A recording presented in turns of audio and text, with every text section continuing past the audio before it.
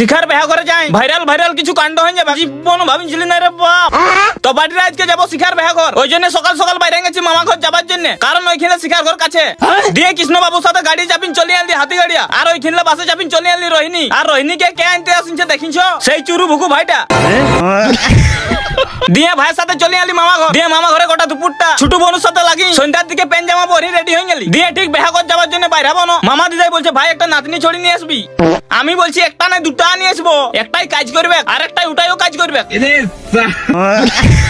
দিয়ে তারপর গিফট নিয়ে চলে আলি শিখার বেহা ঘর। আর ওইখানে যাই ওকে চুপু চুপু বলছি তোর বান্ধবী গিলা তো বেড়ি জুত জুত আছে, একটা পটাই দে।